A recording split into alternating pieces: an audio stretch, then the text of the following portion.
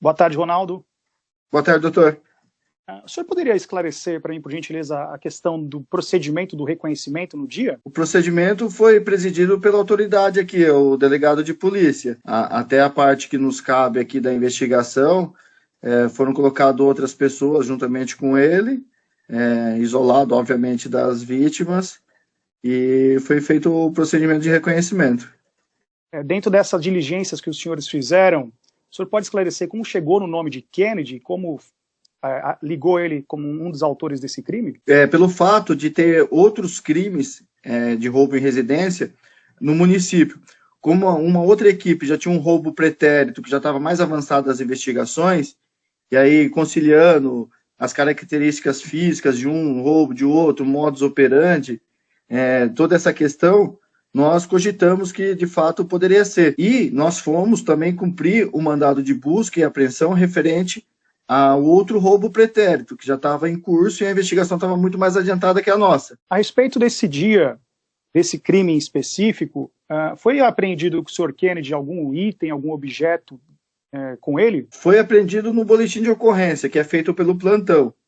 Depois foi remetido para a nossa delegacia. Mas foram objetos desse dia dos fatos, desse crime específico, ou foi de outros crimes? Não, desse crime específico, dessa ocorrência em específica, teve objetos apreendidos. Houve algum relatório pericial, análise de algumas câmeras de segurança, de alguns vizinhos relacionados ao dia dos fatos? Câmeras de segurança, sim, que foi nos dado através de mídia que nós tivemos acesso, mas pega a parte externa e não é possível, dá para ver a ação em si. A hora que eles entram, saltando um muro, um fica de olheiro, vamos dizer assim, enquanto outros perpetram o roubo e saem com o veículo da vítima. Mas com essas filmagens não é possível concluir, por exemplo, não consegue ver se seria ele ou não. Somente em características físicas. Seria leviano falar que, se fosse uma imagem tão boa quanto essa que nós temos aqui, seria o melhor dos mundos. Entendi. Sem mais perguntas, muito obrigado, policial. Doutor, o senhor já conversou com o... Já sim, excelência. Doutores, algum esclarecimento? Podemos passar os debates, doutores? Sim, excelência. Sim, excelência. Está aberto para a senhora, doutora. Meritíssimo juiz, doutor defensor, meritíssimo juiz, doutor defensor. Trata-se de ação penal instaurada em desfavor de Kennedy da Silva Almeida pela prática da infração penal prevista no artigo 157, parágrafo 2º, incisos 2 e 3, e parágrafo 2º-A, inciso 1, por 2 vezes, na forma do artigo 70 do Código Penal, parte final. Finalizada a instrução, o pedido é pela procedência integral da ação penal. A materialidade está demonstrada por todos os documentos dos autos, em especial pelo boletim de ocorrência de folhas 3 e 5, pelo auto de apreensão de folhas 9, pela prova oral produzida em juízo. Autoria certa, as vítimas afirmaram com segurança que reconhecem o réu como autor dos fatos.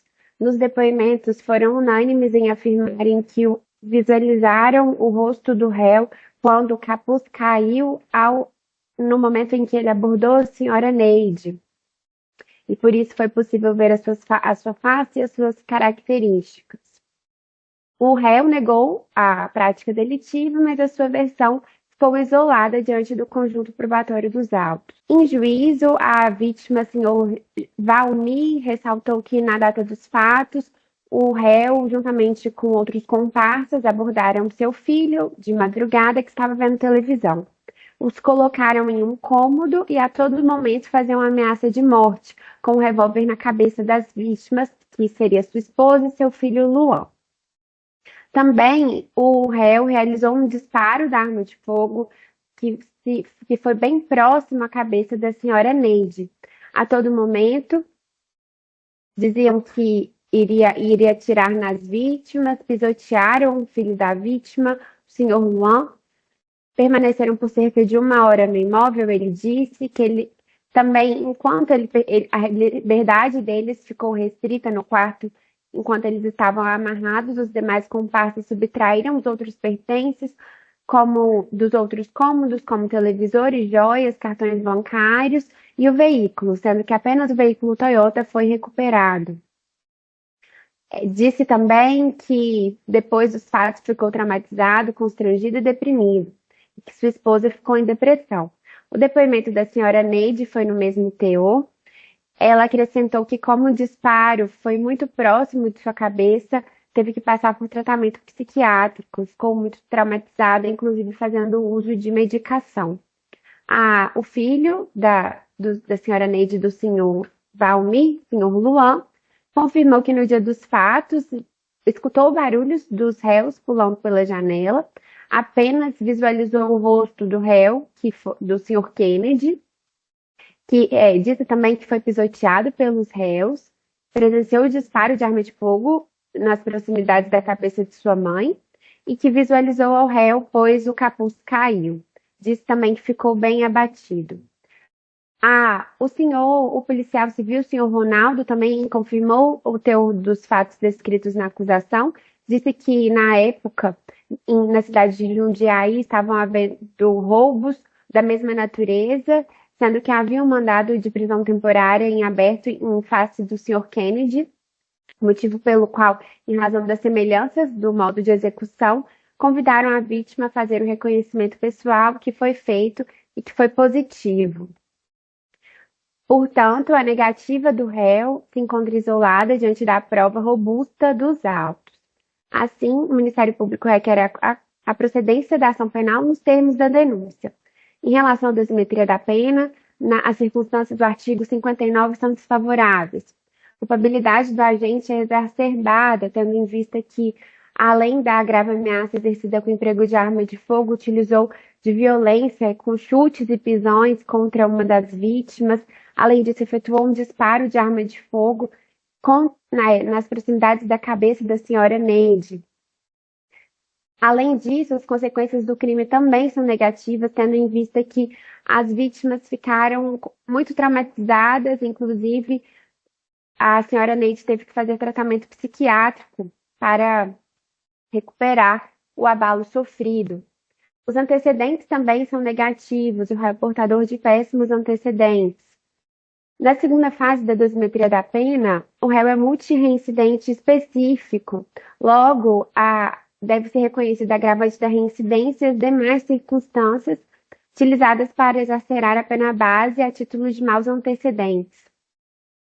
Além disso, as causas de aumento de pena foram confirmadas, as testemunhas foram unânimes em afirmarem que o réu estava com outros comparsas na casa que não foram identificados, mas que fizeram a subtração dos demais pertences enquanto ele permanecia no cômodo.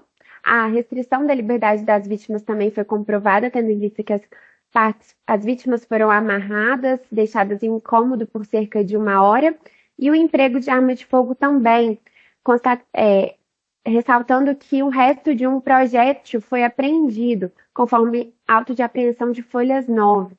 Nos termos da jurisprudência do Superior Tribunal de Justiça, é dispensável a apreensão da arma de fogo quando a prova testemunhal é unânime em afirmar que a grave ameaça foi exercida mediante o emprego de arma de fogo. Além disso, requer-se o reconhecimento do concurso formal de crimes por 2 vezes e pugna pela fixação do regime inicial fechado, tendo em vista a quantidade de pena a ser aplicada, a multirreincidência do réu e as circunstâncias negativas. Pelos mesmos motivos, deve ser negada a substituição da pena privativa de liberdade por restritivas de direito. Diante do exposto, o Ministério Público requer a procedência da pretensão punitiva veiculada na denúncia e a fixação de reparação mínima pelos danos causados, nos termos do artigo 387, inciso 4 do Código de Processo Penal, no valor de R$ 5.000, conforme requerido expressamente na denúncia. Por fim, requer a manutenção da prisão do réu, indeferindo o eventual pleito de aguardar em liberdade o julgamento de potencial recurso, uma vez que inalterado o contexto fático probatório que ensejou o encarceramento cautelar e o nítido risco à ordem pública decorrente da sua multirreincidência. Sem mais, Excelência. Obrigada, doutora. Doutor? Obrigado, Excelência. Cumprimento Vossa Excelência, cumprimento a doutora promotora de Justiça. Excelentíssima doutora, a defesa de quem vem, com o devido respeito, apresentar as alegações finais orais com base nos fatos e fundamentos jurídicos a seguir expostos. A denúncia deve ser julgada improcedente e a defesa passa a encarar as preliminares de mérito. Excelência, um dos pontos cruciais para que essa defesa aponte é a nulidade do reconhecimento pessoal e fotográfico realizado no presente caso. Conforme o artigo 226 do Código de Processo Penal, o reconhecimento de pessoas deve seguir uma série de formalidades que garanta sua validade como prova. No entanto, tais procedimentos não foram observados, tornando o ato irregular. Não houve nos autos qualquer descrição prévia detalhada da pessoa a ser reconhecida, o que compromete a credibilidade do reconhecimento. A jurisprudência já tem debatido muito isso no Superior Tribunal de Justiça e já firmou o entendimento no sentido de que a inobservância das formalidades prevista nesse artigo 226 do Código do Processo Penal pode invalidar o ato.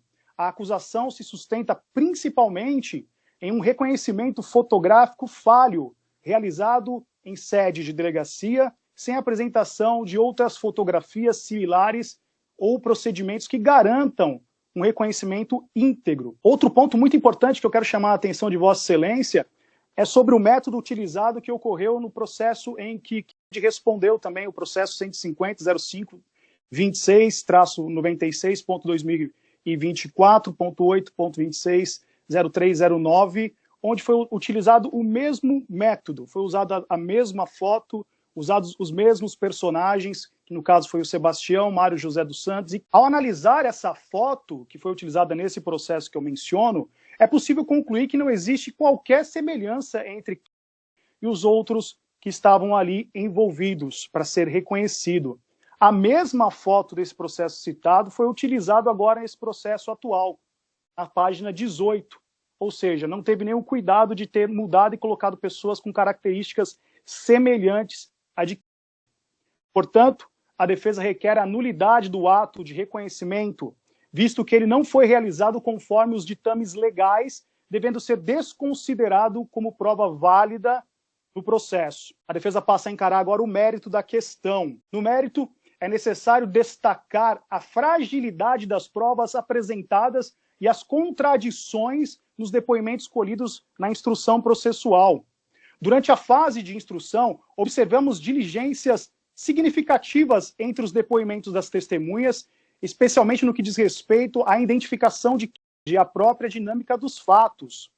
Tais inconsistências comprometem a credibilidade das provas e levam sérias dúvidas quanto à autoria do crime. Não há nos autos, repito, não há nos autos provas materiais que vincule ao crime. Nenhuma arma foi encontrada em sua posse. Tampouco os objetos supostamente roubados foram apreendidos com o réu. Nada. Além disso, não foram apresentadas gravações, filmagens, digitais ou qualquer outro elemento que configure a sua participação nesse caso. Ademais, não consta nos autos qualquer investigação prévia que fosse conclusiva a apontar que Kennedy tivesse envolvido diretamente neste crime. No presente caso, não há elementos suficientes para sustentar uma condenação, especialmente considerando as inconsistências nos depoimentos e a falta, principalmente, da materialidade delitiva. A simples identificação visual não pode servir como base única para a condenação, sobretudo quando não há indícios sólidos que confirmem a participação do réu. A doutrina e a jurisprudência ressaltam que o reconhecimento de pessoas, especialmente quando feito por vítimas emocionalmente abaladas, e aqui é um ponto muito importante, porque já tem debates falando sobre a questão da vítima estar totalmente tomada pelas emoções, debates conclusivos, estudos científicos que apontam muitos erros de vítimas que acabam reconhecendo em sede policial e até mesmo confirmando em sede de depoimento de instrução, onde existem equívocos por conta do abalo emocional que ocorre no dia dos fatos.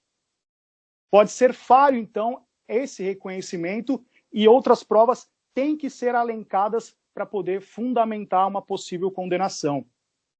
Diante das falhas no reconhecimento e nas contradições entre os depoimentos e na ausência, principalmente na ausência das provas materiais que comprovem a participação de crime, é importante aplicar o princípio indubio pro réu. Quando há dúvida razoável acerca da culpabilidade do réu, essa deve ser interpretada em seu favor, conforme os preceitos da nossa Constituição Federal e do nosso Código de Processo Penal. Portanto, nos termos do artigo 386, inciso 7, do Código de Processo Penal, pela ausência da prova material e também com muitas dúvidas sobre a autoria, o réu deve ser absolvido. Caso Vossa Excelência, porventura, não acolha os pedidos tanto de nulidade quanto da absolvição por insuficiência de provas, a defesa gostaria de apresentar a questão da dosimetria da pena, na primeira fase, que ela possa ser fixada no mínimo legal, na segunda fase, afastado as possíveis agravantes, e na terceira fase, a defesa entende que não há nenhum tipo de majorante ou minorante, por também ausência de materialidade. Sobre o regime de cumprimento de pena, caso Vossa Excelência decida pela condenação, a defesa requer que o regime inicial seja o semiaberto. Portanto, diante de todo o exposto, a defesa requer a improcedência da denúncia, em primeiro lugar, o reconhecimento da nulidade, do reconhecimento fotográfico com consequência desconsideração dessa prova, a absolvição de Kennedy nos termos do artigo 386, inciso 7 do Código de Processo Penal, pela insuficiência de provas que demonstre sua participação no crime e, na hipótese de condenação, a fixação no mínimo legal, a fixação do regime semiaberto e que possa conceder que o réu recorra esse processo em liberdade. Confiante na sabedoria de Vossa Excelência, a defesa espera que a decisão seja justa e respeite os princípios constitucionais e processuais que regem o direito penal. Nestes termos, pede deferimento. Muito obrigado, Excelência, pela palavra. Obrigada, doutores. O processo será sentenciado oportunamente em decorrência das demais audiências agendadas na data de hoje. Estão dispensados. Doutora, até a próxima. Doutor, Muito obrigada, Excelência. boa tarde.